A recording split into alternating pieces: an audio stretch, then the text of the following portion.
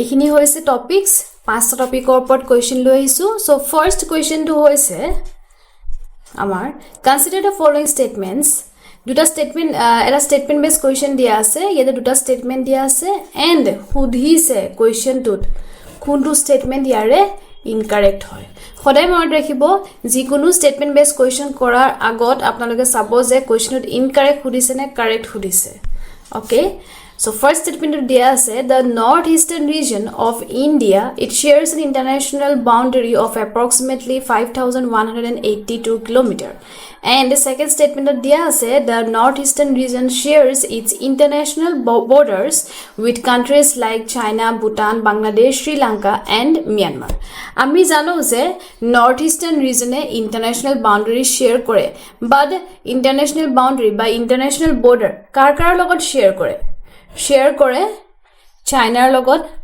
ভুটানৰ লগত বাংলাদেশৰ লগত আৰু म्यांमाৰৰ লগত শ্ৰীলংকাৰ লগত নহয় ওকে সো ইয়াৰে স্টেটমেন্ট 2 টু ইনকাৰেক্ট হৈ যাব দ্যাট মিন্স হোৱাট ইয়াতে ইনকাৰেক্ট সুধিছে so statement 2 option B is the correct answer ইয়াৰে ফাৰ্স্ট স্টেটমেন্টটো কাৰেক্ট হয় because it shares approximately an international boundary of 5182 kilometer यार करेक्ट आंसर तो की हो जाबो ऑप्शन बी हो जाबो एक्सप्लेनेशन दिया আছে north eastern region its international boundary is how much and it shares borders with which country okay second question to hoise consider the following statements ako eta etu statement based question hoy and yate ditwa goise correct which of the following statement is or above given are correct okay Consider the following statements.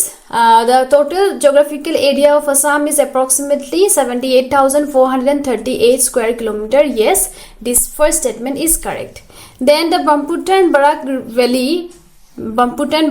Barak valleys are mainly composed of river-built alluvial soils. Etia alluvial soil ki hoy? Alluvial soil. Alluvial soil hoise highly fertile soil. Mont rakhibo. Highly fertile soil hoy transported soil hoy and it is formed by how it is formed by the river deposits river carry kora jikhini deposit sediment deposits again like what like sand okay silt then clay ekhini deposition form hoy ki form hoy alluvial soils khini form hoy and alluvial soils kini hoy gol highly fertile soil these are what transported soil so ami jikono question korunte first ami tar main definition kini jitu upor ditu ase topic tu tar upor amar knowledge to thaka to besi important hoy so alluvial soil upor korilu এতিয়া আমি সাম ইয়াৰে correct answer তো কি হৈ যাব option সি ইয়াৰে correct answer হয় that is both 1 and 2 Assam's geographical area is what 78,438 square kilometer बहुत important হয় মনত ৰাখিব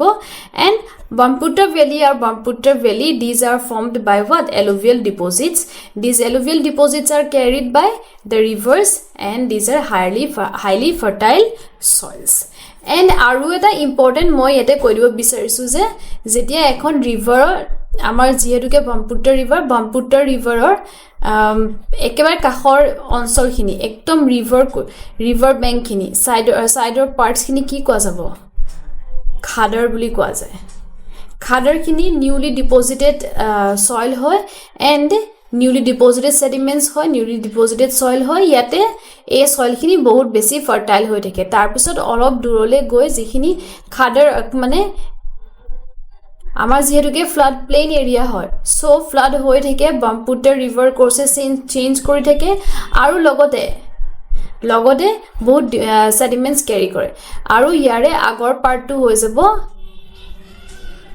bhangar okay bhangar so khadar and bhangar ho jabo older part to and new part to ho jabo khadar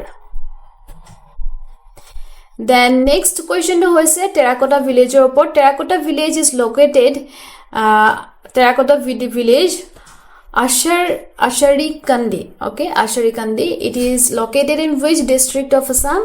Gwalpara, Borpeta, Dhubri, Nalbari. Kundu district ase Ahomor. Terracotta village ase Asharikandi village. It is located in Dhubri district.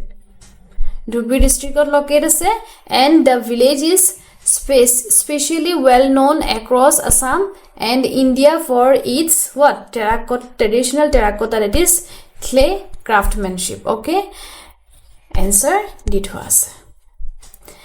Then hoigol fourth number question to through which pass did Sukafa enter Assam? Sukafa Assam আহিছিলে কেনেকে তেওঁ অসমলৈ আহিছিলে মুংমাৰ পৰা, and Sukafa entered Assam in the year when 1228. Okay, after তেওঁ 13 years long journey travel কৰি তেওঁ Assam পাইছিলেহি. Assam enter কৰিছিলে কোনটো পাছৰ? তেওঁ পাটকাই পাছ হৈ আহিছিলে. পাটকাই পাছ, it is known as what? Pangsao Pass. It connects that region to Assam. Okay, তেওঁ কোনটো সাইডে দি আহিছিলে? তেওঁ ইষ্টৰ সাইডে দি আহিছিলে, and China or Myanmar region বুলি কোৱা যায়. Okay, correct answer to হৈ যাব option D, that is Pangsao Pass. Pangsao Pass is also known as what? Patkai Pass.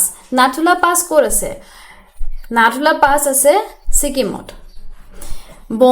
Bomdila Pass আছে Arunachal Pradesh, and Rohtang Pass আছে Himachal Pradesh. Here correct answer to option D. Then as our last question, that is the fifth question. When was the first sitting of the Assam Legislative Assembly held? Assam Legislative Assembly first sitting ketia hoisile, and first stadiale ami sam Assam Legislative Assembly keneke first form hoisile. Assam Legislative Assembly form hoisile under the Government of India Act of 1935. Government of India Act 1935 or dwara Assam Legislative Assembly form hoisile, and start hoisile from function koribo arambho korisile from 1937. First sitting hoisile, okay, that means first meeting Assam Legislative Assembly hoisile 7th April 1937 ot kod hoisile? Shillongot hoisile, which was the capital. Tetiar capital amar Ahomor capital asile Shillong. So here correct answer to ki ho jabo? Option B for 7th April 1937 correct answer. Okay, mon rakhibo 7th April 1937. Eitue hogol amar classor azi শেষ হৈছে, and next আকৌ আমি questions লৈ আহিম. Thank you so much. Do subscribe to our channel. Take care. Bye bye.